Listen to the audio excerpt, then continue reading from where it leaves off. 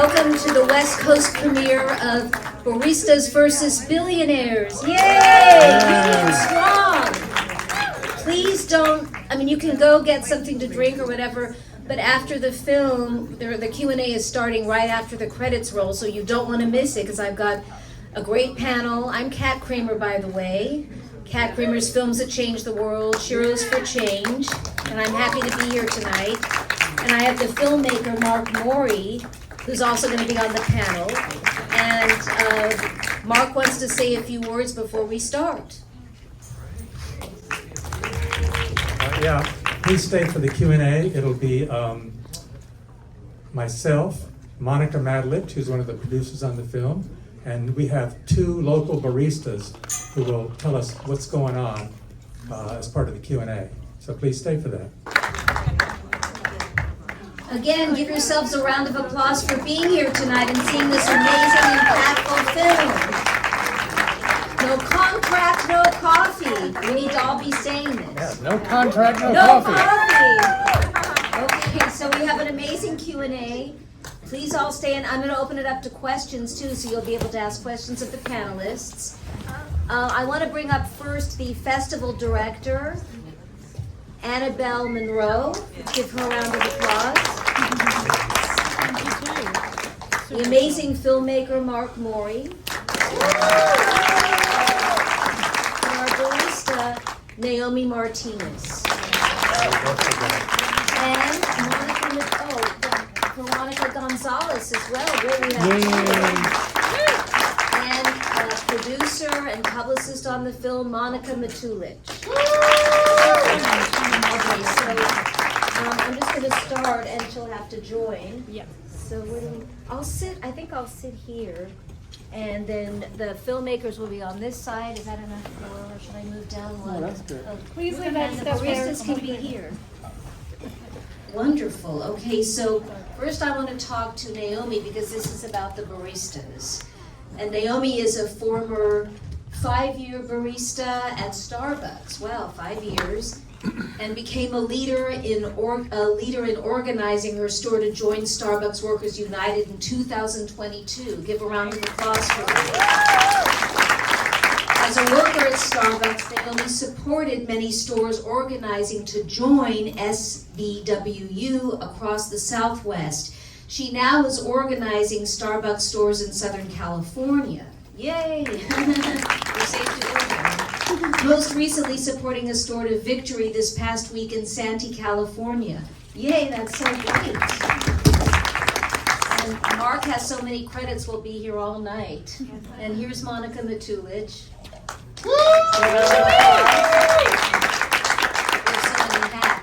So I'm just going to start out with the question to Annabelle.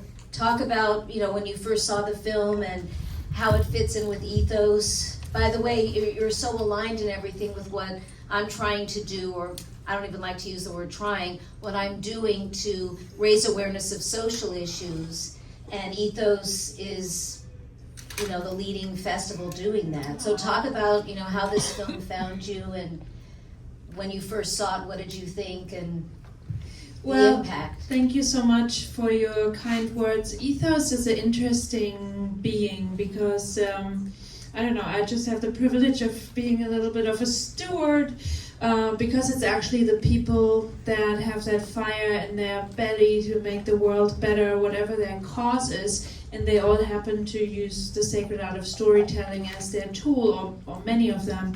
Some of us are also in policy or with NGOs, nonprofits, doing certain things. So that film obviously is a total fit for us, and I feel very proud because it's so current, and we can right now all do something to participate, and just platforming it alone, talking about it, getting people in the room, sharing it, having the baristas here, and getting our slogan ready when we're buying our next Starbucks is just really fantastic. And yeah, it was a no-brainer when we received it. Yeah, we gotta show it right here. And as an advocate in Heroes for Change, even though there's a lot of male baristas, let's face it, it's the female empowerment that got this going. Yeah. So give that a round of applause for the Heroes in here and Heroes across the country. So Mark, obviously, you know, you've been a labor organizer and you're an investigative filmmaker. When did you decide to say, I'm going to make a film about this? Well, this is on. Hello? Oh, I think you have to Hello? turn on the Okay. switch. Got it. Yeah, well, I myself, before I became a filmmaker, was a steel worker. I worked in a steel mill in Atlanta for 5 years.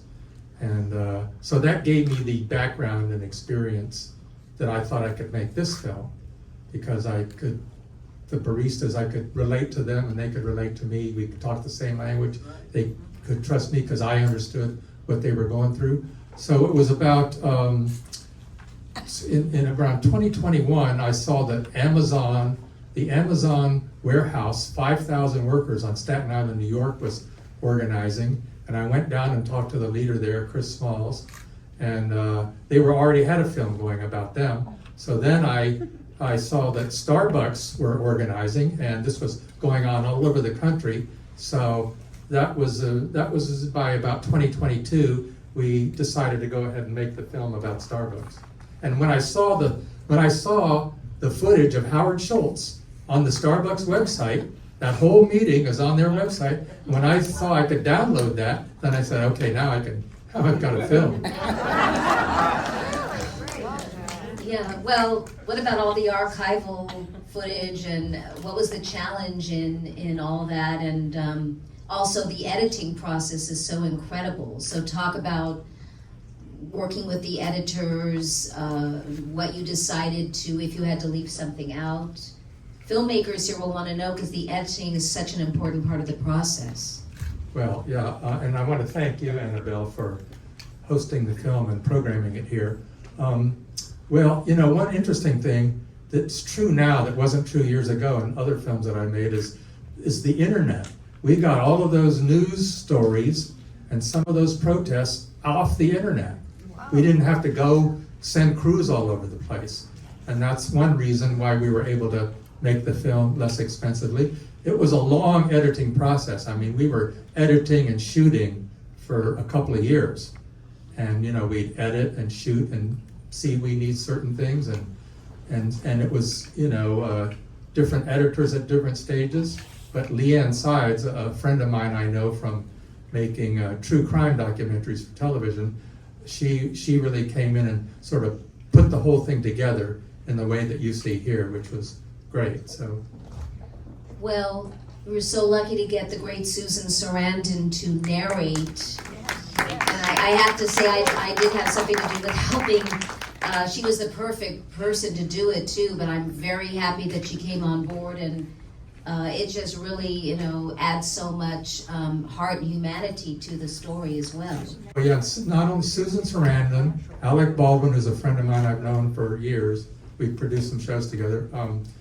And all the people, the writers, director, producers, we all agreed to defer our fees to get the film made.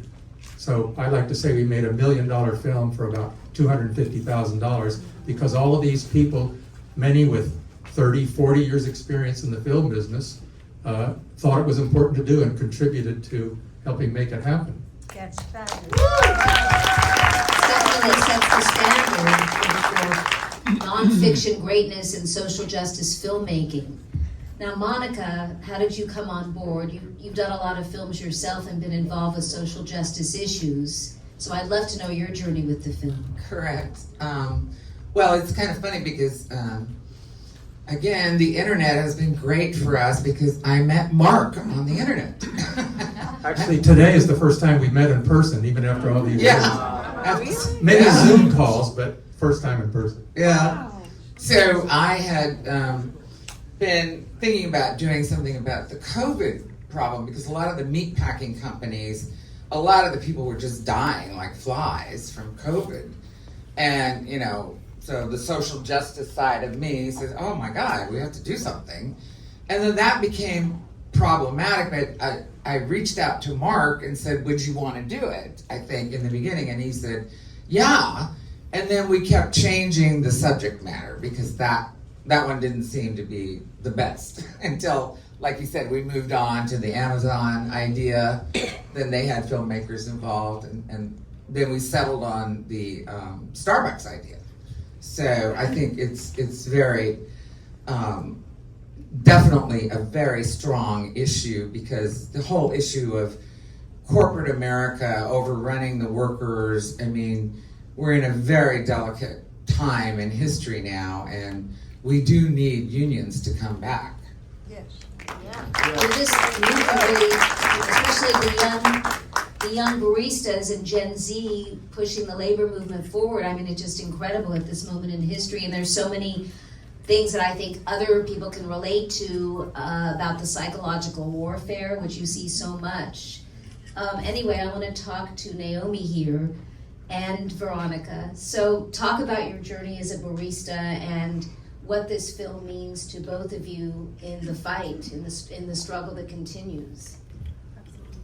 Hi everyone, I am Naomi. Oh, I think you have to, yes, this little, oh, up. Let's see. Hello. Yes. It was on, I don't know.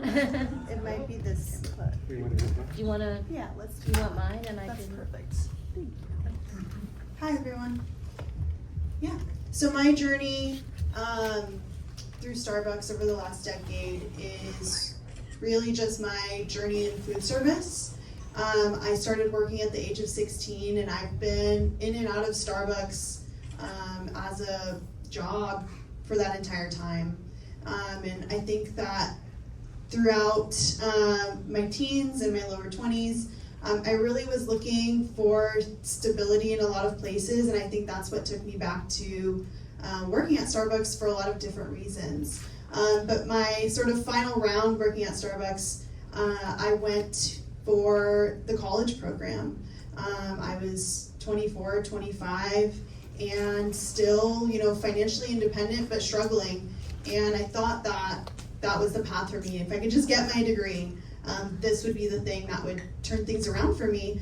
But what was really beautiful was that in that time, the organizing drive in Buffalo kind of exploded, and I learned about it all the way in Arizona, where I was living at the time. And I was so inspired by the work that these baristas were doing that it kind of changed the entire direction that my life was taking. I got my degree, but I also stayed at the company so many more years than I expected, and organizing really became essential to my life, which was a really beautiful thing. I think it just really changed things for me, for the neighborhood that I was living in Phoenix, and I think that this film is it's a really beautiful thing in that we get to take this message and take it out to the consumer. I think that as a worker, this message was brought to me pretty quickly through, my own algorithms. But consumers don't get to hear the sort of behind the scenes reality of being a worker at Starbucks.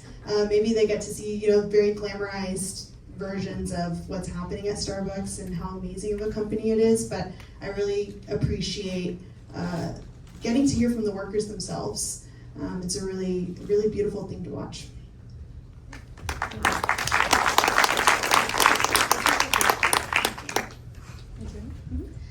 Hey y'all, so my name's Veronica Gonzalez.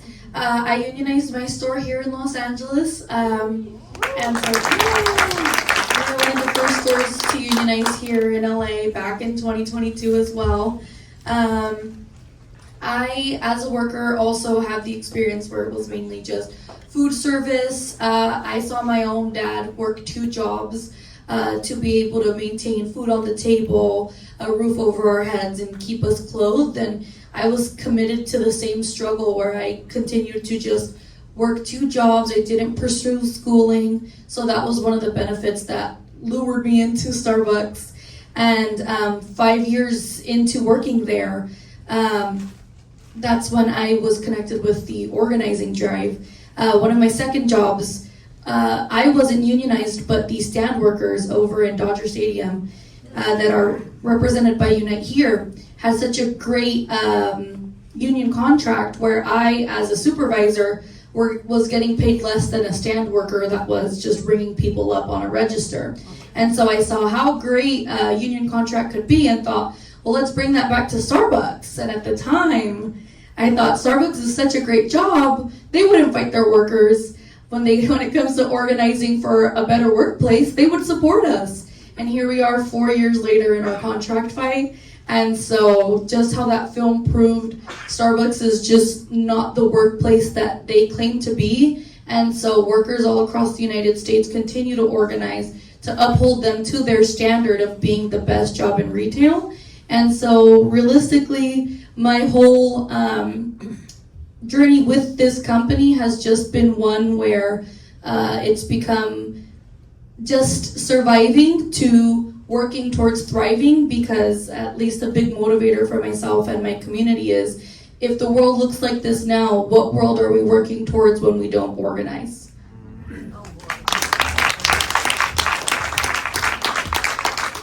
Has there been any reaction from the CEOs or from the CEO now, and also, Howard Schultz, because he appears in the film?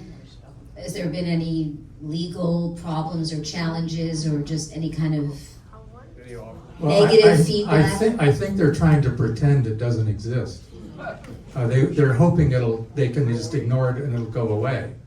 So when they start squawking, we'll know we've done something. Before we move on, there's several people who helped make this film who are in the audience, and I just want to acknowledge them. Yes, stand up. Kat Miller, Yay! the associate producer.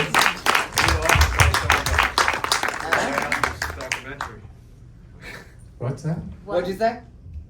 Have you gotten any offers from Starbucks? No, they didn't offer us $1 million to bury it yet. Yeah. Let's see who else is there. My brother Thornton Maury, a contributing producer. Let's see who else is. Rifat, where's Rifat?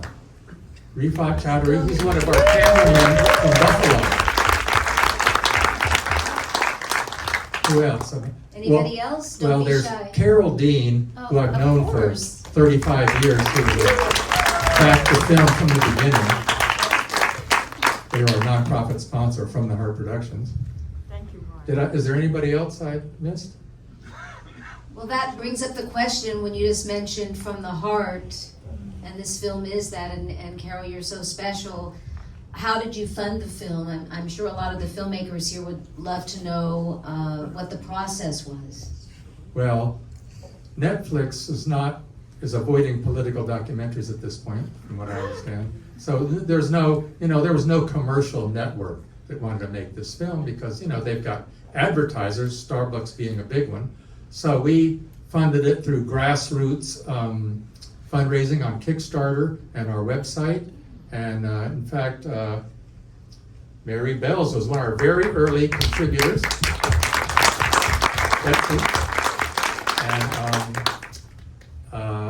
There was actually, it's a funny story. There was a guy I worked with years ago in the steel mill, and I knew him from the anti-Vietnam War movement, and he later inherited a lot of money.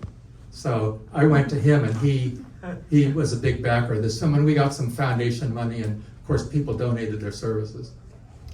Now, what about the baristas in the film and the interview subjects? Have they seen it? Because you've had screenings, the film has won awards. It won the Labor Oscar this year. So I'd love to know if they have seen it or their feedback. We did the world premiere of the film at the Buffalo International Film Festival.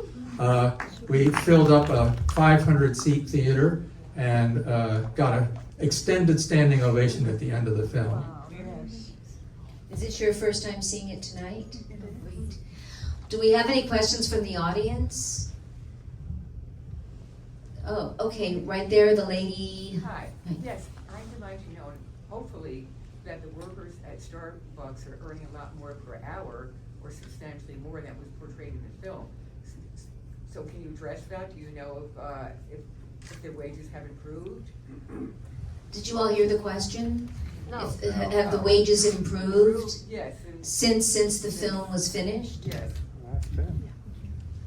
We can talk wages, yeah. Yeah, we can definitely answer that. So when it comes to fighting for our contract. We still are fighting for this contract. And so through our fight, we've been able to secure pay differentials based off of time spent with the company. And so that's something that didn't exist prior to the Buffalo store organizing, and it's something that they demanded when they were first negotiating the contract. And so that exists because of our union. So there are differentials based on how long you've been with the company. We saw those wage increases that were meant to deter workers from organizing. So those came into play. And so here in California, the only reason why we've seen substantial wage increases that actually support people's ability to live in the city that they serve and in the state that they serve is because fast food workers fought and won a $20 starting wage for fast food workers. So we're actively seeing the power of unionizing and the power of organizing and how it not only uplifts one group, but it uplifts us all because now we have an example to point towards. So here in California, we have baristas starting at $20, which is amazing, but there is so much work to do when the reason why baristas are lower earning wage workers is because they're being exploited when we're working for a multi-billion-dollar corporation. So there's more work to do, but we're reaping the benefits of organizing already, even without a contract. Yeah, I can add something to that. When right before the Buffalo vote or sometime in there, Starbucks raised everybody's wages. They spent $1.2 billion because they wanted to try to stop the union by giving the raise before the union came in. But that was essentially something forced by the union to give that kind of raise. So there's been other benefits, like my understanding is during the course of this time, baristas were able to get tipping. Apparently they didn't have that. In fact, there was one case that I heard of where Starbucks was accused of stealing the tips of the baristas. And that was here in California, I think. Wow. And also, this last national strike that you saw towards the end of the film, that did force Starbucks back to the bargaining table. But when they showed up, they reduced what they had previously agreed to. So they're fighting this thing tooth and nail. Question? So, it's okay? Okay, yes. All right, so I have a question and a comment, I guess. First, Mark, fantastic job. You did just putting this film together. As a producer, I know how hard it is to do a narrative documentary, and like hats off to you for brilliantly telling this story. So I just wanted to, I hope the audience would join me in just applauding you. Thank you. It was a group effort. And speaking of, and Monica, I've known you for 10 years. My God, I didn't know you this deep. You're so deep, man. No, you just know me as the party girl. I do. All over the world, I know that. But, I mean, congratulations for, you know, I think about a documentary filmmaker, Michael Moore, who was my hero for a really long time, and still is in a lot of ways. But Mark, you guys are just fantastic to do this. This is a really big deal. What you've done is a really big deal, especially in America today. You know, we have a capitalistic society, and all of this applies to so many different corporations and businesses all over this country, not just Starbucks. And what you've done is, I think you are, I think the moderator said, you ignited another conversation about unions and the importance of unions. And that's brilliant. And thank you for the festival director for recognizing the beauty and the power in this project, because it's so super important. So back to business. What's the distribution plan? Are you thinking about theatrical, or are you going to go, you know, one of the streamers, or what is that looking like for you guys? Well, we're still working on our plans for that. There is a possibility of some theatrical distribution, but it's too soon to say anything about it yet. But what we do have is, right now, people can book the film, show it in their community, show it at their local union, their local church groups. We're doing that right now. and people can use it as a fundraiser. Actually, when we go to Atlanta, it shows at the Atlanta Film Festival on Tuesday, then the film opens in a theater there May 8th for a week, and that's going to be an Academy qualifying run, and the opening night is a benefit for Starbucks Workers United.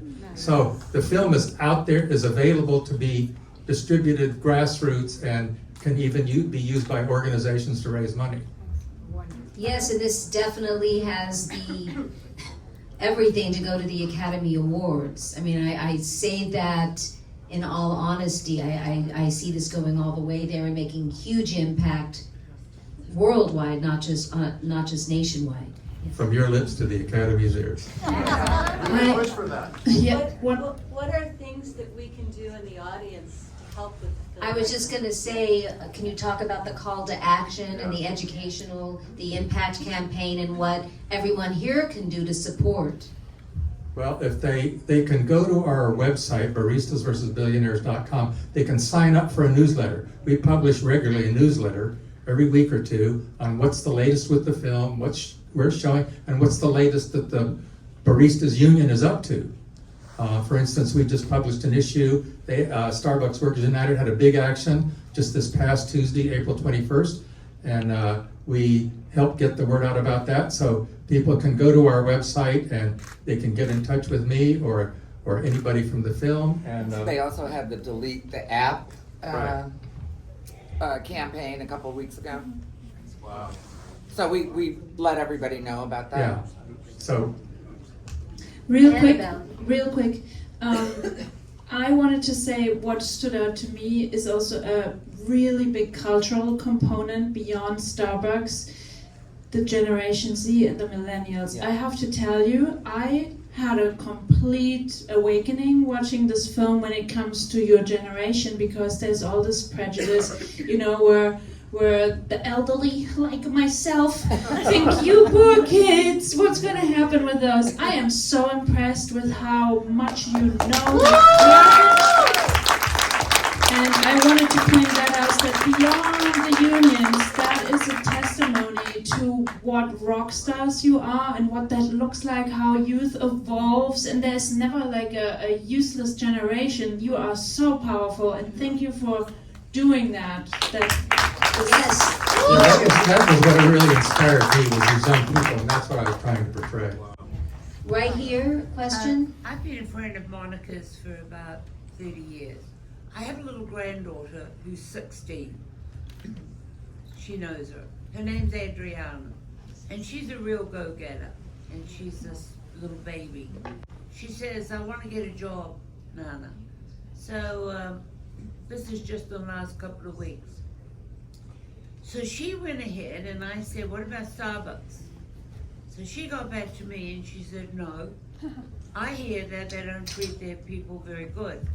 So she went and wrote a resume and went and applied to a swim school, got a job at 16, starting at $19.50 an hour. Very good. And she said to me, my friends won't go and work at Starbucks. And I thought, like that, until Monica was sitting here. And now I've got to applaud my little granddaughter who made a stand. Some of her other friends went and worked at Starbucks. But she made a stand, got a job somewhere else. And I'm going to tell her about this movie, 16, Your Documentary All Around. It should be shown in the schools. Well, Do you have anything to say about that? Also, if I can just add here, a lot of the universities have a campaign to eliminate Starbucks from their campus because of the unfair labor practices.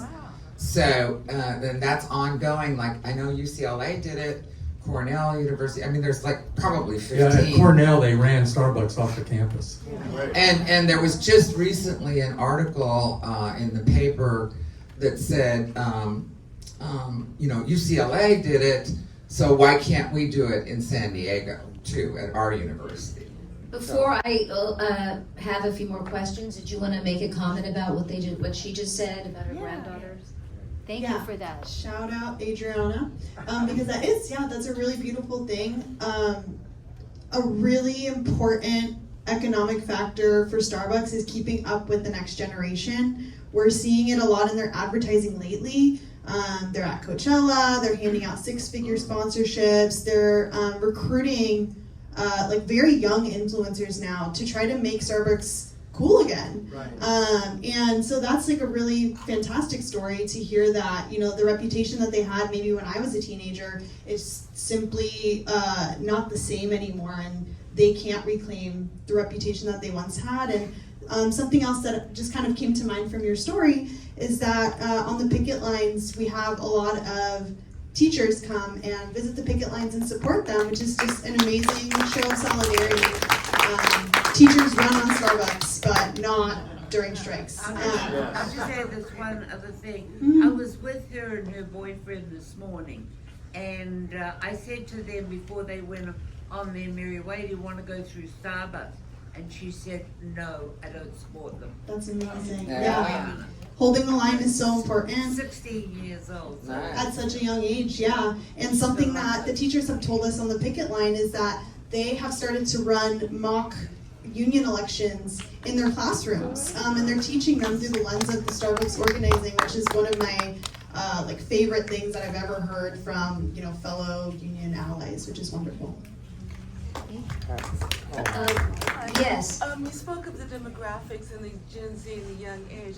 I'd like to point out this gentleman and what made him start doing this, his background on this. Could you please tell them what you told me?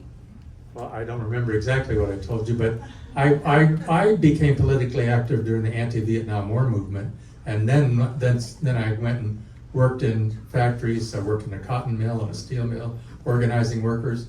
At the steel mill, I got fired because we had a union, but I was doing political things like organizing around police brutality and murders of black people and so forth. And the company fired me, but the union got my job back. And so that was the background that I was bringing to this. Is that what you were asking about? Yes, yeah. He's also an award, I mean, he's an Oscar-nominated filmmaker, an Emmy winner. He has a slew of credits. But tonight, he just really wants to focus on this movie, because we could be here all night. I could be asking him 2 questions about his other films that all make impact. But this one, you know, needs to get out there now, and it will. So you're all seeing it early on. That's great. Right up there. Yes, my name is Ismael Parra. I'm with the National Writers Union here in Southern California. And May the 1st, of course, is the no work, no school, and no shopping. And I hope that everybody here will support it. But I'd like to extend our availability to you, Veronica, and the Los Angeles struggle, because we are here in Southern California in whatever way we can help, and we're thinking of ways right now to do that. So I'm Ismael Parra at yahoo.com. I'm one of the chairs at the National Writers Union, and you're welcome to, maybe we can make a presentation from your group, or maybe figure out a way that we can show the film or whatever, okay? Thank you so much. Thank you. Thanks. Right behind that gentleman. Thank you. I had a question for the baristas. And what's your advice? What should we do? Should we boycott Starbucks and rather go somewhere else, or you know, how would you want us to interface with Starbucks as consumers? Did you all hear? Yes. Okay, I mean, there's a handful of ways. One of the larger pushes that we have is if you have the Starbucks app. How many of y'all have the Starbucks app? Delete it. If you guys can commit to deleting it today. Starbucks really does rely people. People are putting hundreds of dollars into this app, spending a bunch of money at Starbucks. And I mean, y'all saw it in the Family Guy clip. They're just spending it on violating workers' rights and violating labor law. And this is happening every single day. Naomi and I now help other stores organize all across Southern California, and they have not stopped. They are continuing to scare workers, threaten loss of benefits, and it's happening all the time. And workers still prevail. So a big ask is if you're still somehow going into a Starbucks store, you're talking to the baristas about the importance of organizing. If you have the app, delete it. But I mean, your dollar goes a really long way, and so withholding it and does hold the company accountable. Sharing online as well is really important. The company spends a lot of money to keep a good face online and in the media. And so every time you repost something, so let's say on Instagram, Starbucks Workers United, every time you boost something, you repost something, you interact with the post, it just goes so much farther. And just how Naomi and I got connected to our movement through social media, keeping that up is going to be so important, especially when we have all of these people connecting in ways they've never been able to because of social media. So sharing posts and just boosting our messaging online is really, really important. And yeah, we don't have any picket lines right now, but if you sign the No Contract, No Coffee pledge, just no contract, no coffee, you can throw it into a search engine and it will generate the No Contract, No Coffee pledge, which will keep you updated on any actions happening in your area. Yeah, I signed it, so you all should too. So you want us to boycott it until there's a contract? Yes. Yes. The no contract, no coffee. Yep. Yeah. Just keep saying that and getting it out there. Yes. So one of the things that hit home for me is because so many of my friends complain when you have a union worker working side by side with a non-union worker, then the company will give all these benefits to the non-union workers. I was wondering if it was still happening at Starbucks. So it is. Yeah, just recently, the company released kind of a slew of new benefits with the asterisk of, these benefits can't be rolled out to union stores because they selectively follow the law regarding making changes without bargaining. And so this is one of the times when, if they're giving out a benefit, they will say, we have to follow the law, so we can't give this benefit to union locations. But when it comes to retaliation and other aspects of the law, they just kind of steamroll it. And so we still see it today, but what I've noticed is that the benefits are getting slimmer. The recent benefits that they're offering are quarterly bonuses if you can meet metrics that Starbucks is not outlining or explaining at all. So if your team can meet all of these efficiency metrics and make sure that you get all the right Google reviews and everything's perfect, then you have the chance to win a quarterly bonus. But we know that when corporations are outlining these metrics, that no one's reaching that, no one's getting that bonus, and workers again are being kind of dangled carrots, which is actually like a huge agitation point for workers. You can see online that employees are not happy with the benefits that the company is offering, and if anything, it's kind of furthering the need for workers to organize. Which is great. And so yes, they do continue, but I think workers see through it at this point in the organizing drive.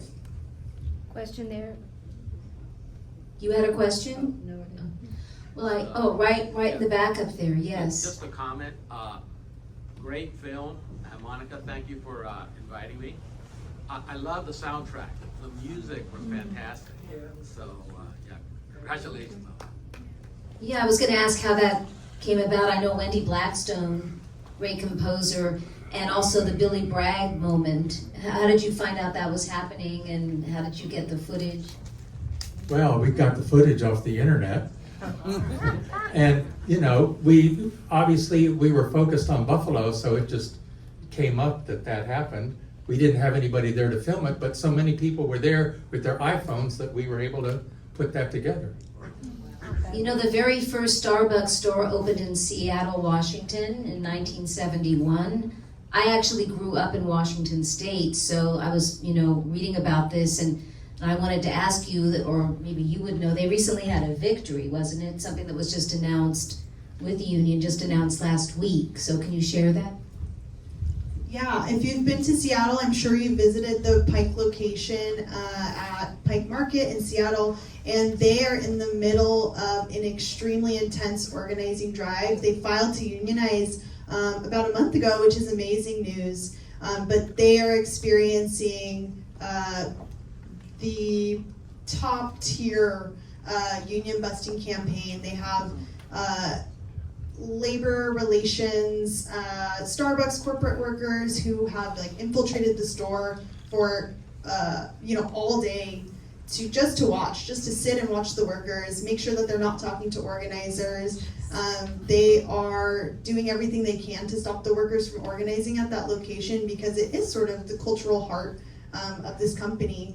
And I think that they're doing the best that they can right now, but the fact that they filed their petition at all really speaks to kind of the facade of what Starbucks claims to be versus what workers are actually voicing are the real life conditions. Yeah. We have time for just 1-2 more questions at the most. I just want to say it was absolutely great film. It'll definitely get into the Academy nominations, I'm sure. And is it too soon to buy a copy? Be great Christmas presents for all your friends. Well, maybe by Christmas we'll be able to sell individual copies, but if not right now it's available for community screenings. Okay, I think I can Big organize donors one do get for a my copy, neighborhood. by the way. Thank you so much. Yes. Yes, right there. Yes. Okay, 2 questions. One is, are you already thinking about a part 2? Because this is a continuing struggle, and I would even want to start even here to see the reception of the film and all of that. Well, Did you all hear the question? Because I was going to ask if there'll be a docu-series, but Yeah. she definitely wants a sequel. well, we have talked about a series that deals with unionization, not just Starbucks. Right. But the last 4 minutes in the film, we just finished adding those. That last national strike, the film actually had been finished in the fall and premiered, and you guys are some of the first to see the new part added to it. So we'll see what happens as far as doing anything else. So before we wrap up, does anyone on the panel have anything they want to add? Any last I minutes have of what one- you want people to One take little away? thing people might want to know, or will find fun, that Hyatt Hotel in Buffalo, where Schultz had that meeting, a fired Starbucks barista went there and just organized a union there when it was successful. So we'd like to hear. Thank you all. So, anybody else?